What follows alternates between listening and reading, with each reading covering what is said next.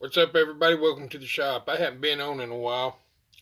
I've been busy, but I've been rearranging things or redoing my shop a little bit, and I've started experimenting. I've never restored a stove. Stoves are, they're a lot to us. It's a lot to restore.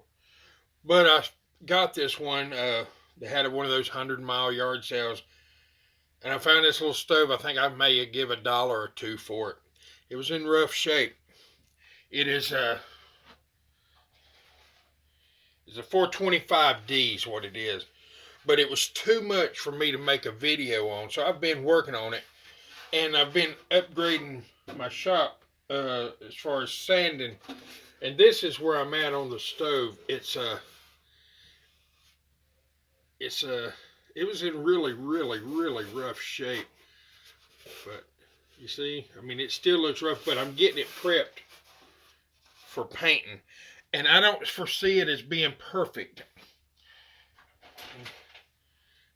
But I'm trying. It's my first one. And I've got this far on it.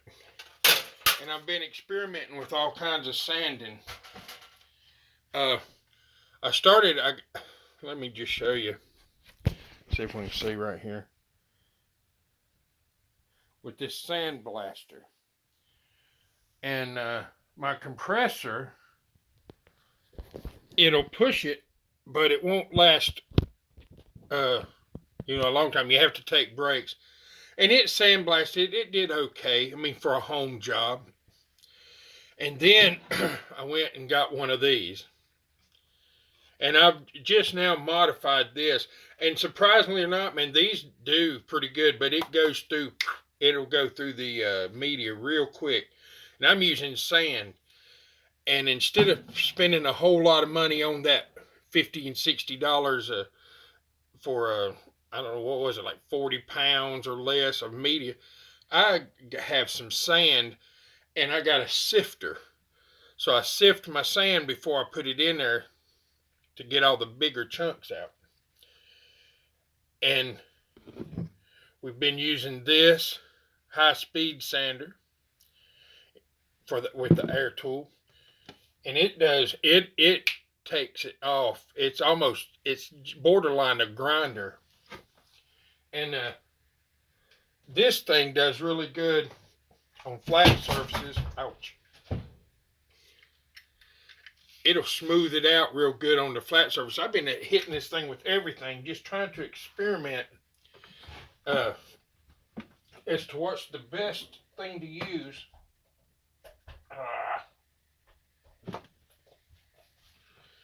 One of the stoves. Then we have this orbital sander with, I don't know, man, this is like 900. It's 900 grit or so. It's really high, really smooth. For this thing, whenever I hit it on the flat surfaces on that stove, it'll make it just smooth. But there's a lot to it. There's a lot of steps it seems like I'm going through. I've even, in the tight places where there was chunks of rust, I've been using this grinder. It's just a lot to it. I never realized it was going to be, so many steps to it. And I've been using this a little bit, but I'm a big fan of the Dremel tool. I mean, this Dremel tool is my best friend when it comes to about anything I do. But this thing is really great. I got this from Harbor Freight. It is a 2-inch orbital sander.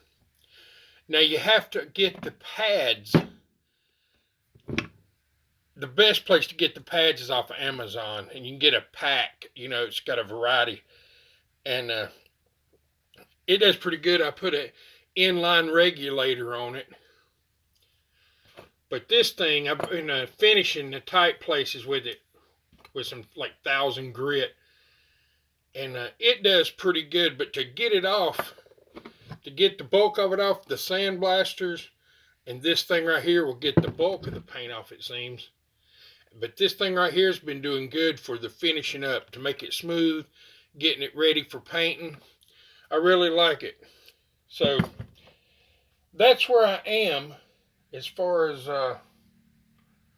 what's going on. Here's the pads I got off of Amazon for the 2 inch. See, it just comes in a little pack variety of them, but that'll last me a long time. I have some other projects going on for my wife that I've got to have this stuff for too.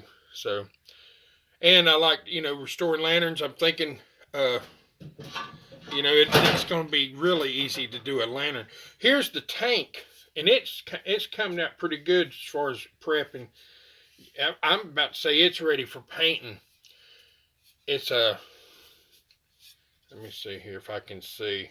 It's hard for me to see. Whoops.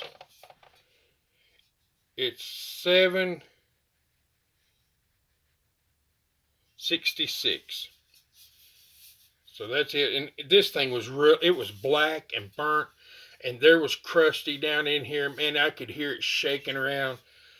I'm hoping. I've got my check valves and all soaking, and before I paint it, I'm going to assemble it and make sure it holds pressure. I wasn't able to put pressure in it. That's how rough it was, but I'm hoping it'll hold pressure, and we'll see how it is. So I'm not going to do a big restoration video on this thing because it would be just way too much. But this is a project I am working on, and when I get it done, I'll do a video of what it looks like, and we'll fire it up hopefully. Here's the Bunsen. I've done had it in the evaporust and been working on it. I mean, even after all that, you can still tell, man. I mean, she was really really rough. Somebody had painted all of this green, but we're going to try to bring her back and give her some new life. It'll be a good camping stove because it was on its way to the dumpster. Like I say, I give her $1 or two. No more than $2 for the whole stove. So, all right, man. Hey, good to see y'all back in the shop, and I'll check you again soon.